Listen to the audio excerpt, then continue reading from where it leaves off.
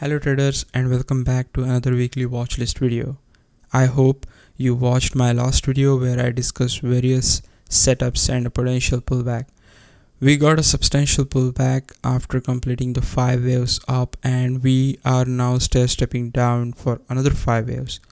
Over the week, market pulled back heavily and destroyed any hopes of any turnaround towards the upside. The market is full-on bearish mode and probably stayed like that until Fed announces the next rate hike. Jerome Powell will speak on Wednesday the 21st, so we have to wait till then to see what direction market wants to pick up for its next move. I analyze the different sectors and stocks from different sectors, and one thing that I notice is market is retesting some of its major support level, including indices and many stocks. Based on where we are at right now, I'm expecting some form of dead cat bounce, but let's see when that happens and how that happens. So without any further ado, let's get started with this week's watch list. Starting with the Nasdaq. Currently, Nasdaq is below all 4 of its moving averages and testing the prior resistance level for support that dates back to September 2020.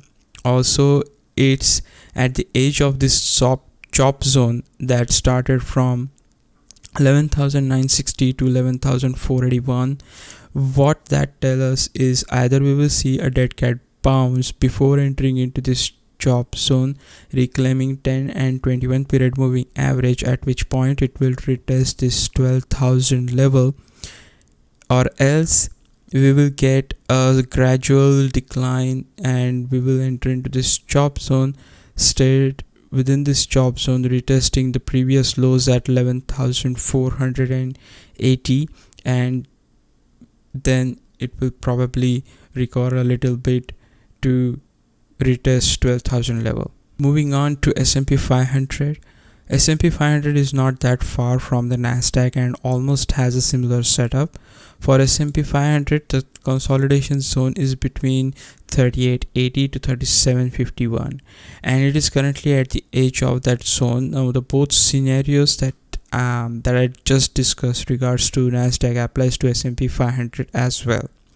Watch for the dead cat bounce to reclaim 10-21 period moving average around 39.14 and 39.58, and with the potential retest of the 4,000 level, or else we will see a gradual decline into this chop zone, retesting the previous low around like 37.46. Moving on to Dixie. I mentioned the upcoming dead cat bounce and I'm almost certain about it. It's happening mainly because of the dollar move. Now the dollar is forming the tight consolidation zone and it doesn't look particularly strong while resting on the 10 period moving average. If it break above 110, 111, then we will see a heavy sell-off in the market. But if it pulls back to 106, 105, then we will see that dead cat bounce. Chances of dollar breaking north is very slim,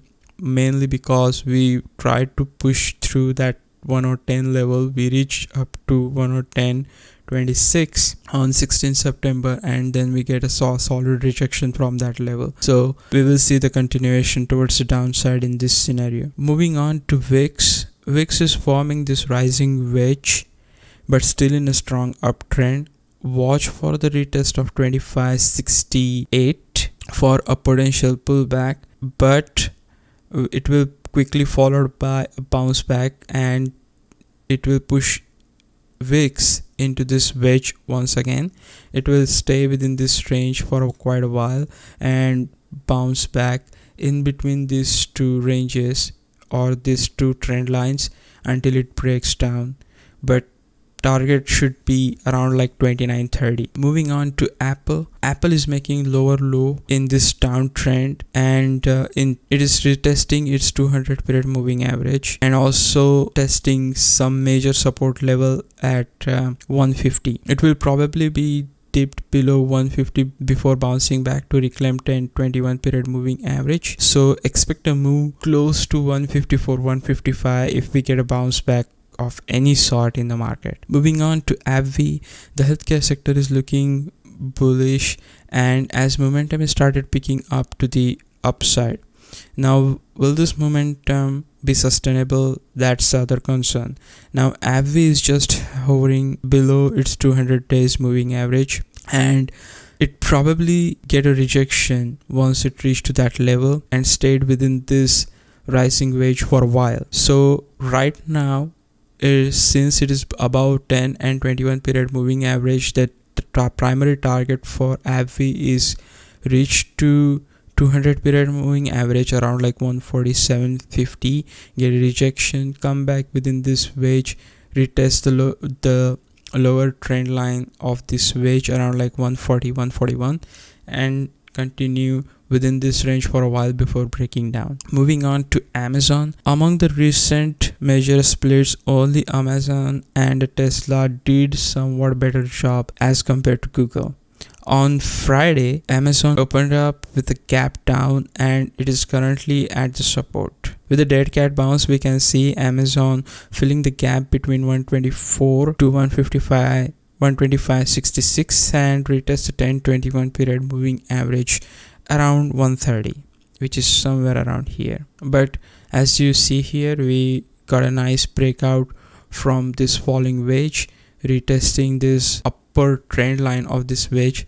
So probably a little bit of the upside is expected from Amazon. Moving on to Boeing. On Friday, Boeing cracked below its 200 days moving average but recovered a little bit and clinging on to it. I'm expecting a bounce back from here with a possible gap fill that is present between 145 to 149 and ultimately retesting 10-21 period moving average around 150. Moving on to Coin. Coin had a nice breakout from its falling wedge and it is in the formation of a bullish pennant. Now, since the coin's price action is partially dependent on Bitcoin price, it's slightly offset to the market movement. As long as it can hold its 200 period moving average, it can bounce back up from here to 78.80 levels, somewhere around here. Now the pennant breakout will happen above 80 and at that point we can probably retest this 84 level, this recent high around like 86. Moving on to Costco. Retail sector earnings are upon us and it is very interesting to see if the retail stocks can rally despite adverse overall market condition. Now Costco will report their earnings on 22nd September and its earning will determine the fate of the rest of the retail stocks like Walmart. Now Costco is in downtrend, holding on to 200 period moving averages barely. Now if we get a bounce back, expect to push between this trend line around, like it will push back up to retest this 10-21 period moving average at 514.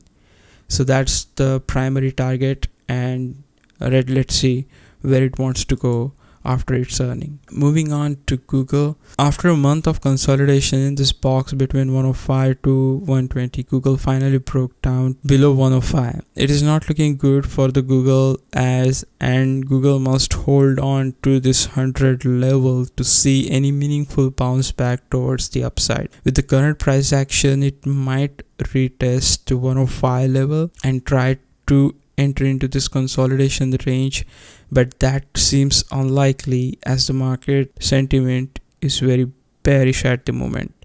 And if Google loses that $100 level, then probably it will quickly fall down to 90, probably 80s. Moving on to Johnson & Johnson. Clear breakout through this falling wedge and looking good for the further move up towards the 200 period moving average around 170. Wait for the retest of the trend line to see if it can hold and bounce back up from there. Moving on to Meta.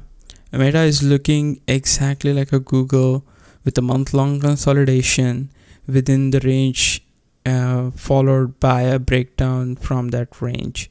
Now on the bounce back, watch for the retest of the 155 to see if it can hold, enter into this chop zone once again to hover over here for a while, but it's looking extremely bearish. Moving on to Moderna.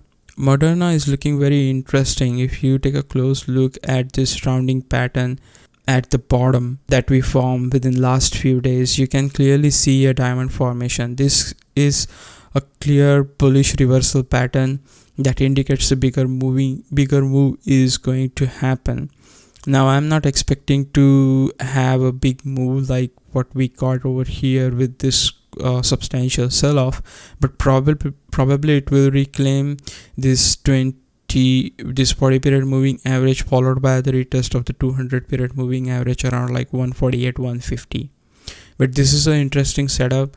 Just pay attention to its price action. Moving on to Microsoft, it's in downtrend similar to Apple, and it's just below its consolidation zone between 268 to 253. So expect a retest of the 253 on a bounce back, where it will reclaim the 10, 20 and 21 period moving average. And the last one is RIVN. Auto stock showed some resilience to the market downtrend, but I guess they are lagging behind, so probably we will expect some kind of like a pullback in auto stocks. So RIVN is one of them, and similar formation you can find on the Tesla, but RIVN is just above its 10 period moving average and cracked below it on Friday. So I'm expecting to retest of this 21 period moving average around 36, and even if you draw this fib retracement, you can see that level is very close to this 0.38 to retracement at 3709. So there you go guys, another weekly video wrapped up. If you like the information presented in this video, consider liking the video and subscribing to the channel. As always, you can find this watch list in the description of this video. Thank you for watching and see you again next time.